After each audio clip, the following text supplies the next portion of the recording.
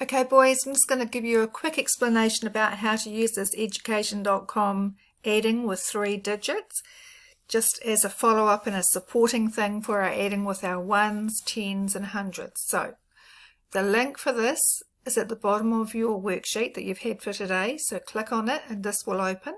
We go play. Just going to move that down a bit.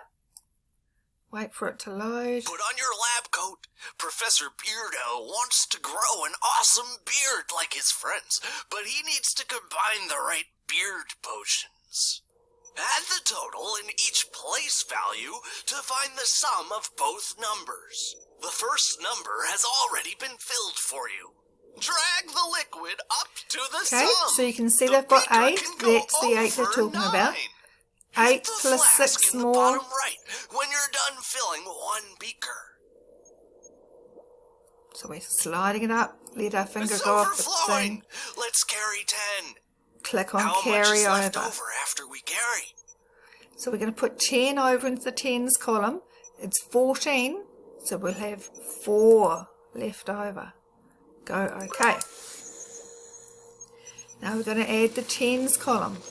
So there's the 10 that we carried over because the answer was 14. 8 plus 6 is 14. So we go 1 plus nothing is 1. Then 1 plus 3 more is 4. So we've got to get the tens, the middle beaker, and go up to 4. There are 4 tens. 1, 2, 3, 4. 4 tens.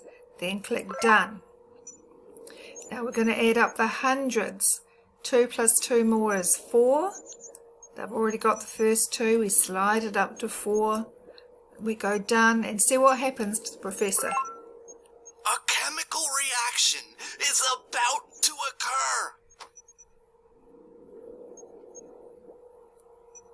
Okay, so keep on going.